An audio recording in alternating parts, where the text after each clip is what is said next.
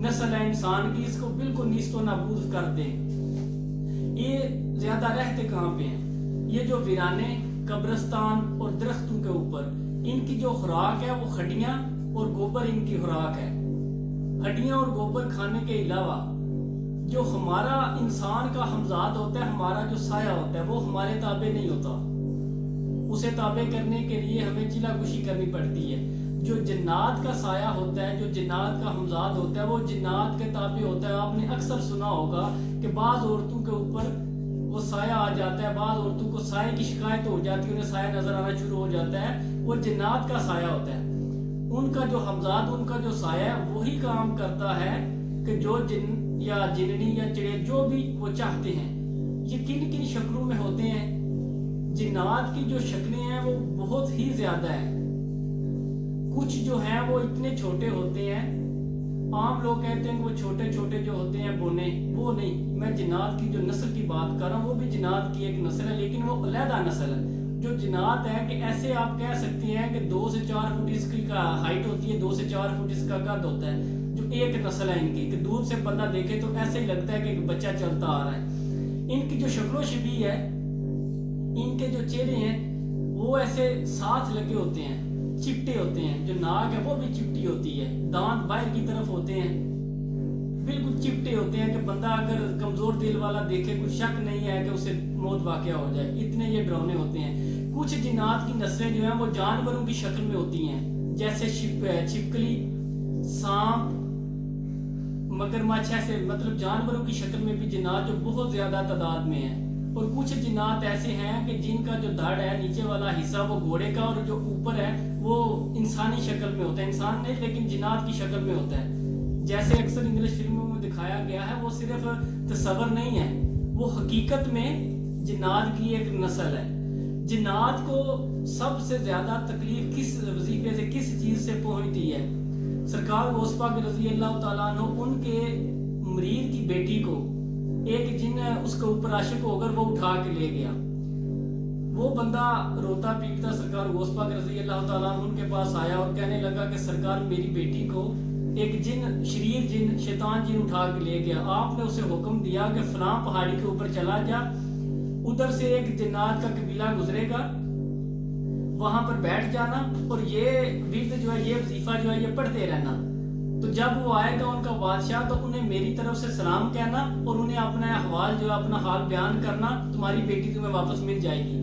وہ بندہ اس مقام کے اوپر چلا جاتا ہے۔ اس مقام کے اوپر جانے کے بعد جب وقت ہاس آتا ہے، صبح کے وقت جنات کا ایک قافلہ گزرتا ہے، جو ان کا بادشاہ وہ آگے آگے چل رہا ہوتا ہے، تو پوچھتا ہے کہ اے انسان تو یہاں پہ کیوں بیٹھا ہے؟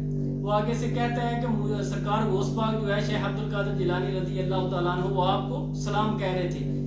وہ نیچے اترتا ہے، بڑے بادب طریقے کے ساتھ وہ آگے سے کہتا ہے وعلیکم السلام ورحمۃ اللہ وبرکاتہ۔ وہ کہتا ہے کہ میرا ایک مسئلہ ہے کہ میری بیٹی کو ایک شیطان شریر جن اٹھا کے لے گیا۔ وہ جو جنات کا بادشاہ ہوتا ہے اپنے جنوں کو کہتا ہے کہ اس کی بیٹی کو ایک لمحے کے لیے یہاں پہ لے کے آؤ۔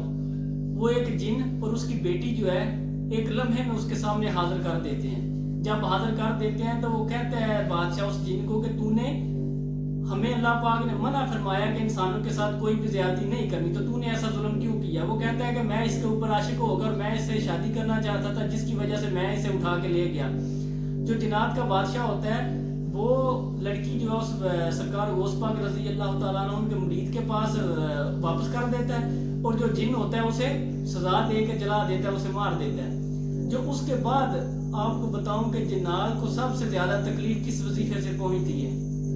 ایک لڑکی کے اوپر ایک جن عاشق ہو جاتا ہے، اسے ایک بندہ وظیفہ بتاتا ہے کہ جب بھی وہ سامنے نظر آئے تو تم نے لا حول ولا قوت الا باللہ العلی العظیم پڑھنا ہے۔ وہ جیسے ہی نظر آتا ہے تو لڑکی لا حول ولا قوت الا باللہ العلی العظیم پڑھتی ہے، تو جن جو ہے چیخ مار کے یک دم سے غائب ہو جاتا ہے۔ تو بعد میں اسے اشارہ ملتا ہے کہ جب بندہ لا حول ولا قوت الا باللہ العلی العظیم پڑھے، فرشتے جو ہیں آگ کی چھڑی لے کے اس کی حفاظت کرتے ہیں ایسے شیطان اور شریر جنوں سے۔ اور جو بندہ روز رات کو یا صبح کو سورہ بقرہ کی آخری 3 آیتیں پڑھنا شروع کر دے تو اس کے گھر پہ فرشتے جو ہیں وہ ڈیوٹی دینے شروع کر دیتے ہیں۔ یا جو بندہ کثرت سے لا حول ولا قوت الا باللہ العلی العظیم کی کثرت کرتا ہے تو کچھ شک نہیں ہے اللہ پاک کی کلام میں کہ اللہ پاک غیب سے اس کی مدد کرتے ہیں. بندے کا عقیدہ جو ہے وہ مضبوط ہونا چاہیے. بندے کو کوئی بھی جن جو ہے کوئی بھی شیطان جو ہے وہ نقصان نہیں پہنچا سکتا.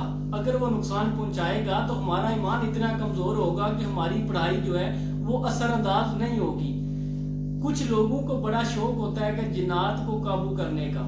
دیکھیں ہماری جو اللہ پاک نے پیدائش کی ہے وہ مٹی سے کی ہے. اللہ پاک نے ہمیں مٹی سے تخلیق کی ہے اور جنات کو آگ سے تخلیق کی ہے.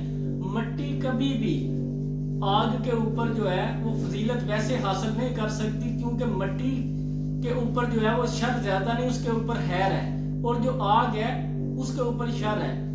بندہ جب چیلہ کشی کرتا ہے تو بندہ یہی کہتا ہے کہ میں جنات کو قابو کر لوں گا، حتیٰ کہ ایک وقت ایسا آتا ہے جنات جب سامنے ظاہر ہوتے ہیں تو بندہ خود ان کا غلام بن کے رہ جاتا ہے. ایک بات اور آپ کے گوش گزار کرتا ہوں کہ جب نبی پاک صلی اللہ علیہ وسلم ان کے اوپر قرآن پاک جو ہے نازل ہونا شروع ہو گیا، جب سورہ جن جو ہے وہ نازل ہوئی تو اس سے پہلے جو جن تھے وہ غیب کی خبریں چوری باتیں سننے کے لیے پہلے آسمان کے اوپر جاتے تھے. تو وہاں پہ جا کے وہ کانا پھوسی ایک قسم کی آپ کہہ لیں کہ وہ فرشتوں کی چوری چھپے باتیں سنتے تھے کہ کسی بندے کے خلاف یا کسی بندے کے بارے میں اللہ پاک نے کیا حکم صادر فرمایا ہے یا کس بندے کے ساتھ اس کے مقدر میں کیا تبدیلی واقع ہونے والی ہے. یہ آگے عاملوں کو یا جن کے پاس کالا جادو ہوتا تھا انہیں بتاتے تھے آگے. جب قل اوحی الی انہ استمع نفر من الجن فقالوا انا سمعنا قرآنا عجبا، جب نبی پاک صلی اللہ علیہ وسلم نے یہ آیت تلاوت فرمائی تو جیسے ہی جنات آسمان کی طرف گئے تو اللہ پاک نے فرشتوں کو حکم دیا کہ انہیں آگ کے انگارے مارو.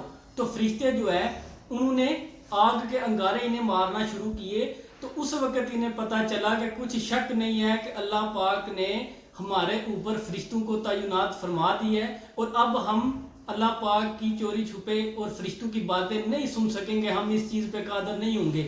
اس کے بعد اللہ پاک فرماتا ہے کہ جنات جتنے بھی ہیں یہ سب اکٹھے ہو کے کچھ بھی کر لیں وہ میری حد سے باہر نہیں نکل سکتے. اللہ پاک نے فرما دیا ہے کہ جنات جو ہیں کچھ لوگ اس کا انکار کرتے ہیں، جنات کے وجود کو نہیں مانتے.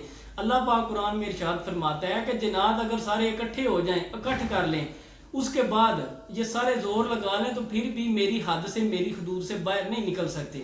جن لوگوں کو شوق ہوتا ہے جنات قابو کرنے کا، برائے مہربانی یہ چیزیں شر انگیز ہیں.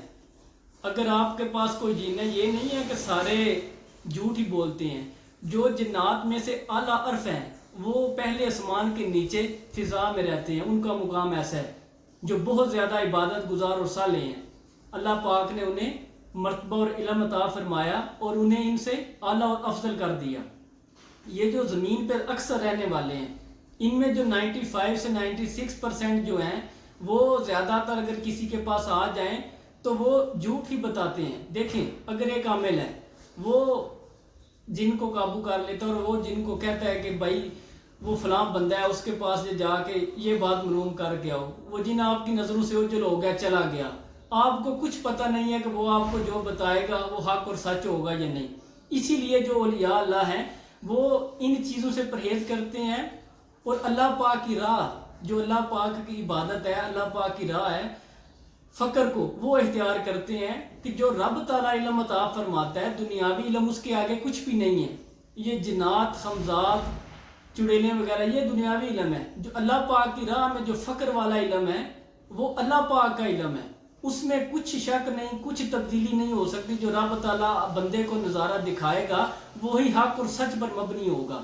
جن لوگوں کو شوق ہے کہ میں جن قابو کر کے اسے فلاں کام کرواؤں گا، فلاں چیز منگوا لوں گا، ایسا کچھ بھی نہیں ہے. جنات کچھ چیزیں نہیں لا کے دیتے، یہ سب جھوٹ ہے.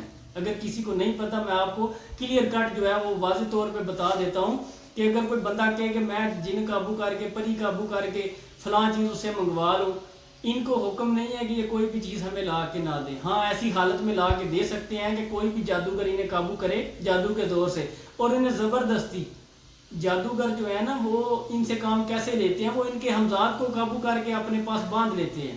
جب ان کا ہمزاد بندے کے پاس قابو ہو جائے تو ان کی مجبوری ہوتی ہے کوئی کام بھی ہو حتیٰ کہ بندے کی موت تک جو ہے یہ کر دیتے ہیں اگر ان کا ہمزاد کسی جادوگر کے پاس ہو۔ تو جن لوگوں کو شوق ہے یا کتابیں جو پڑھ کے چیلا کشی کرنا شروع کر دیتے ہیں، وہ برائے مہربانی ان چیزوں سے دور رہیں، ان چیزوں کا کچھ فائدہ نہیں ہے۔ اگر فائدہ ہے تو رب تعالیٰ کی عبادت اور اس کی راہ اختیار کرنے کا۔ اس کے علاوہ جتنے بھی دنیاوی علم ہیں وہ فنا ہو جانے والے ہیں۔ مجھے ایک وقت تھا کہ بڑا شوق تھا جنات کا، یہ جو میں آپ سے باتیں شیئر کر رہا ہوں کچھ وجہ سے کر رہا ہوں کہ مجھے بڑا شوق تھا۔ جیسے میں نے آپ سے شیئر کیا ہے کہ جنات ہو، بندہ یہ کام کروا سکتا ہے۔ جب بندہ اس کے اندر جاتا ہے نا، بندہ اس راہ پہ چل جاتا ہے تو ساری چیزیں اس سے الٹ ہو جاتی ہیں۔ کبھی بھی بندہ یہ مت گمان کرے کہ میں جن کو یا پری کو یا چڑیل کو یا دیو کو قابو کر کے ان سے کام لوں گا، ایسا کچھ بھی نہیں ہے۔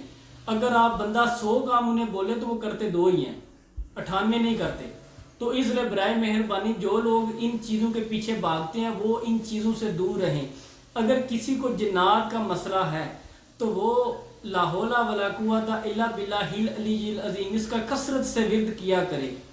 اللہ پاک نے اس وظیفے کے اندر اس ورد میں اتنی طاقت رکھ دی ہے کہ فرشتے جو ہیں وہ اس بندے کے پاس ڈیوٹی دینے شروع کر دیتے ہیں شیطان اور شریر جنات سے اور بلاؤں سے اسے بچانے کے لیے۔ تو برائے مہربانی اپنے آپ کو ان چیزوں سے دور رکھیں اور کبھی بھی بغیر کسی کی اجازت کے کتابیں پڑھ کے کوئی بھی وظیفہ کوئی بھی عمل شروع نہ کریں۔ اکثر لوگ جو ہیں وہ پاگل ہو جاتے ہیں جو اپنے منہ سے جو ہے کوئی بھی وظیفہ یا کوئی بھی عمل جو ہے کرنا شروع کر دیتے ہیں۔ اکثر کو تو ایسا جھٹکا لگ جاتا ہے، ساری زندگی ان کا دماغ ختم ہو جاتا ہے، مفلوج ہو جاتا ہے۔ جب بندے کو ایک دفعہ جنات کا جھٹکا لگ جائے تو بندہ ساری زندگی جو ہے ٹھیک نہیں ہو سکتا۔ تو برائے مہربانی اپنے آپ کو اللہ پاک کی راہ میں دوڑا لیں۔ باقی دنیاوی علموں کا کچھ فائدہ نہیں ہے، اگر فائدہ ہے تو اللہ پاک کی محبت کا ہے۔ اگر آپ کو میری یہ ویڈیو اچھی لگی ہے تو میری ویڈیو کو لائک کریں، شیئر کریں، کمنٹ کریں، اور نئی ویڈیو آنے تک کے لیے اللہ حافظ۔